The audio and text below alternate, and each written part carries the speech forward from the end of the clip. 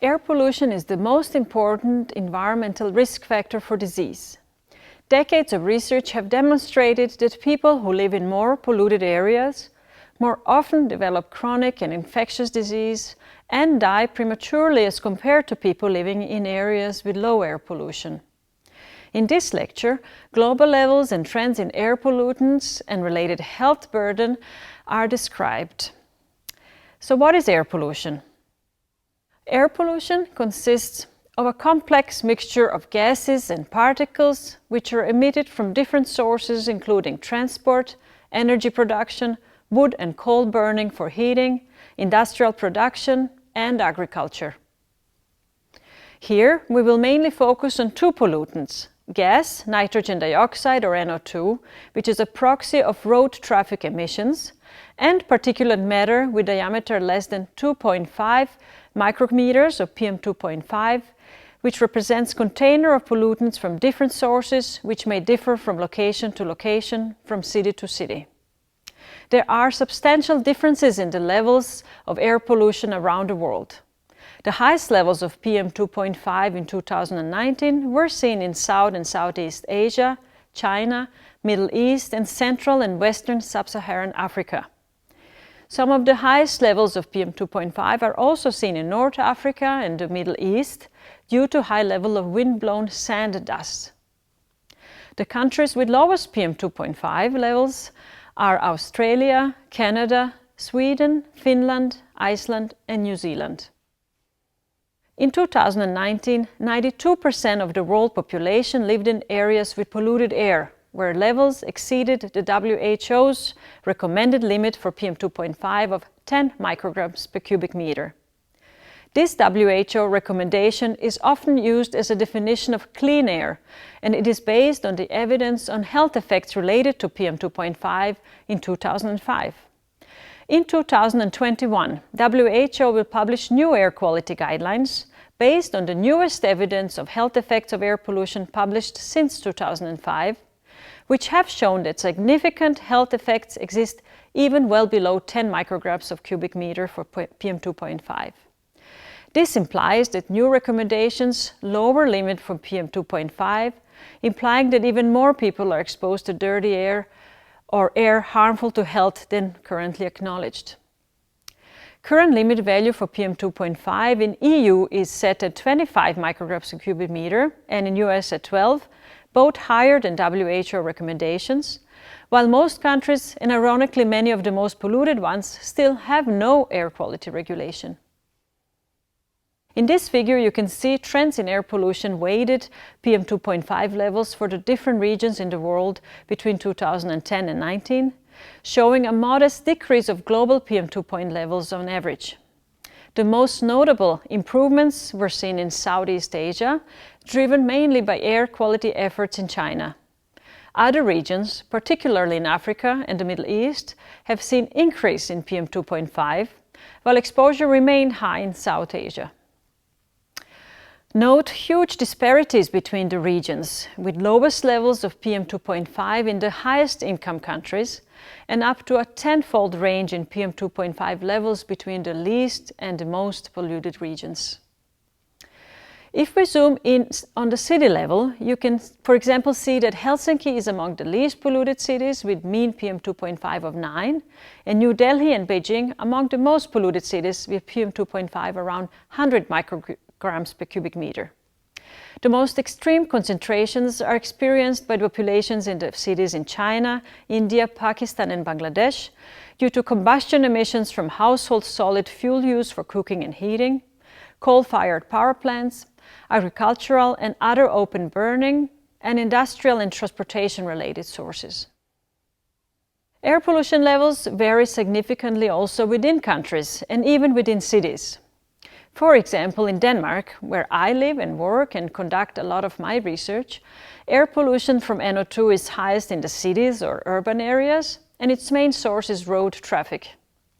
PM2.5 in Denmark is also high in the cities, where it originates from traffic as well as wood burning for heating and industrial and energy production. However, also in southeastern Denmark, where PM2.5 comes from secondary particles blown in from Eastern and Central Europe. Mean PM2.5 levels in Denmark are relatively low and well below EU limit value of 25 micrograms per cubic meter, but still above WHO recommendation of 10 micrograms per cubic meter at most places.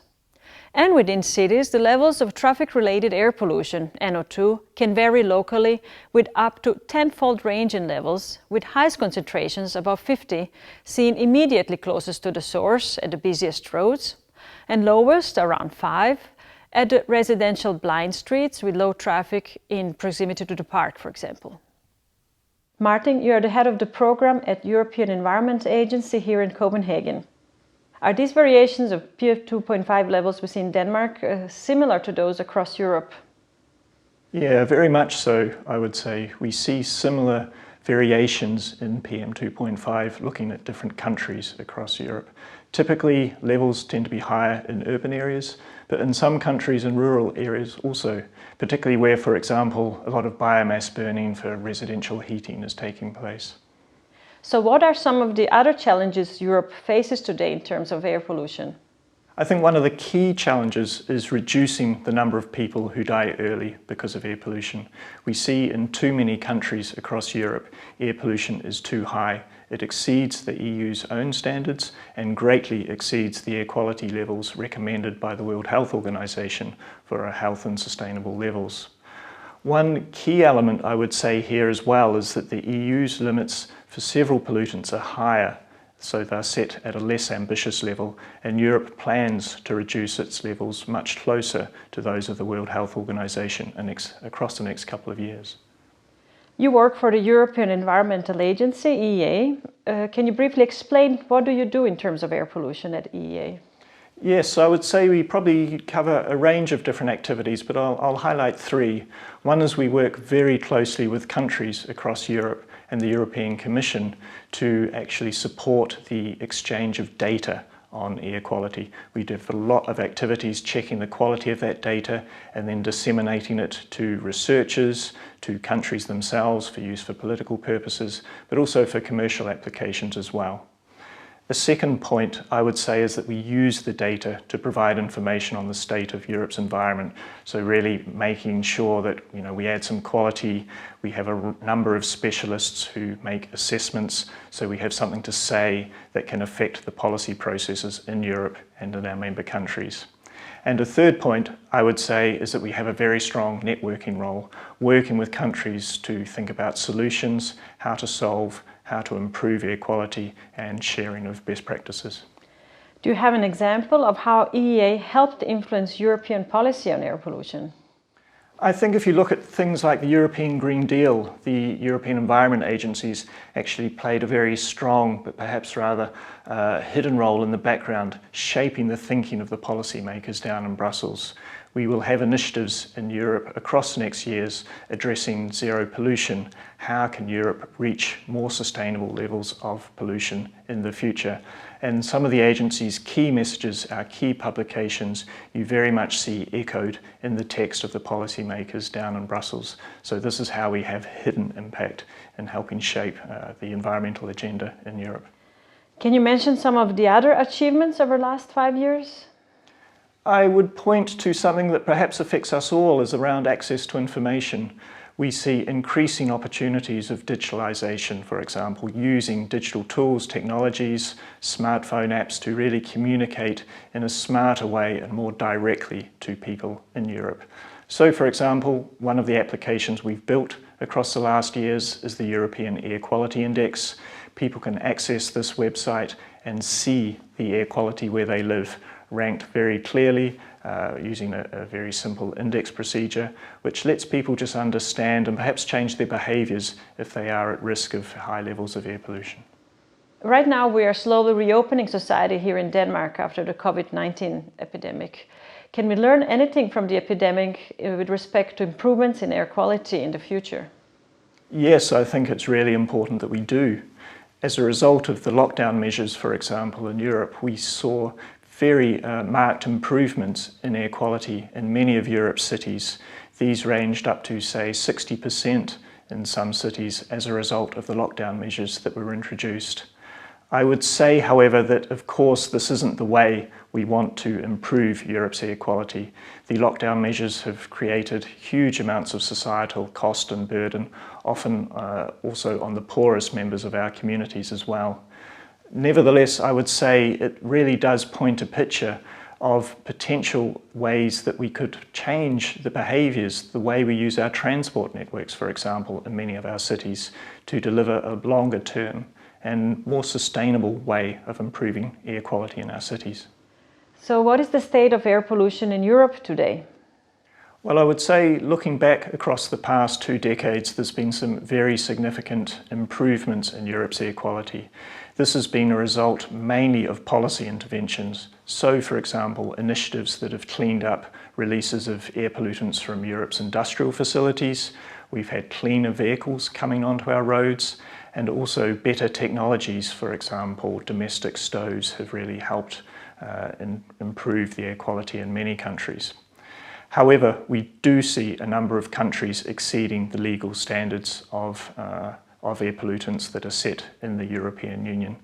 Up to 2/3 of countries, for example, have exceeded the nitrogen dioxide standard that the EU has set. And reasons for this are very often down to large numbers of older vehicles in our cities. So what are the health impacts of air pollution in Europe? The discussion around air pollution is really framed around health. Health is one of the key endpoints that we look at. In 2018, the European Environment Agency estimates 389,000 people died early because of exposure to air pollution across their lifetimes. And this is one of the key numbers which policymakers in Europe are using to justify strengthening air quality legislation in the future. So what role does air pollution policy play together with climate change policy, for example, in other policy areas? I think this is a key point here. It's not possible to address air pollution primarily only through air pollution related measures. Thinking how air pollution links to other policy areas is critical. So, for example, we know the emissions of air pollutants come from exactly the same sources as emissions of greenhouse gases. And so measures to reduce greenhouse gases often have a very positive benefit on air pollution as well. For example, thinking about introducing more use of renewable fuels. We get away from fossil fuels, and there are very clear co-benefits for both the greenhouse gases and for the air pollution worlds. Air pollution as well is also not just affecting health, it affects the health of our ecosystems, and reducing the amount of harmful eutrophied and acidifying substances has been a priority in Europe for many years. And the linkages between the air pollution and ecosystems communities are really sort of proven very helpful in that respect to understand actions that can benefit both topics. You now have a picture of air pollution levels around the world, but how does air pollution affect our health? We are mainly exposed to air pollution via inhalation, after which pollutants reach our lungs, causing inflammation, which can lead to reduced lung function and the development and worsening of chronic lung diseases, asthma, lung cancer, and respiratory infections. The smallest of the particles can cross from alveoli into the bloodstream, by which they travel to all parts and organs of the body, causing systemic inflammation and contributing to the development of cardiometabolic diseases and possibly cancers other than lung cancer. Air pollution can also directly reach the brain via olfactory membrane in the nose, causing neuroinflammation that has been linked to stroke, dementia, and even possibly psychiatric disorders. Air pollution in pregnant women can affect adversely child and cause reduced birth weight and even neonatal death, while it can cause hypertension, gestational diabetes, as well as preeclampsia in the mother. Let us now take a look at the global health burden derived from air pollution. In 2019, exposure to PM2.5 was responsible for 6.7 million deaths globally and varied substantially between the countries, with highest burden in Southeastern and South Asia. In these areas, the highest levels of air pollution coincide with the most populated countries. The deaths attributable to PM2.5 are due to ischemic heart diseases and stroke, followed by chronic obstructive pulmonary disease of COPD, lower respiratory infections, diabetes, lung cancer, and neonatal deaths. Ambient PM2.5 contributed globally to 20% of all ischemic heart disease, 26% of all strokes, 40% of all COPD, 30% of lower respiratory infections, 20% of all diabetes, 19% of all lung cancer, and 20% of all neonatal deaths. Evidence on health effects of air pollution is still growing and is likely to include new diseases such as dementia and asthma, different types of cancers other than lung cancer in the future. Another factor affecting burden of disease due to air pollution is population demographics. Elderly persons are the most affected by air pollution, and thus burden of air pollution will increase due to aging populations, even there where air pollution levels are decreasing. So how does the impact of air pollution on overall health compare to those of other, perhaps more well-known lifestyle factors such as smoking, physical inactivity, and others? The most recent analysis of the global burden of 87 risk factors in 204 countries from 1990 to 2019 ranked exposure to air pollution as the 5th highest ranking risk factor for death after high blood pressure and smoking.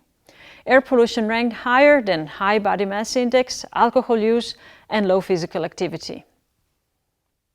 So in conclusion, we can say that outdoor air pollution contributes substantially to the global burden of disease and remains one of the most important factors for mortality and morbidity globally. Since air pollution levels are highest in urban areas, and urbanization trends will continue, putting more people at risk from adverse effects of air pollution, cities and their urban planners will need to play a crucial role in efforts to reduce air pollution exposure and ensure better health to their citizens.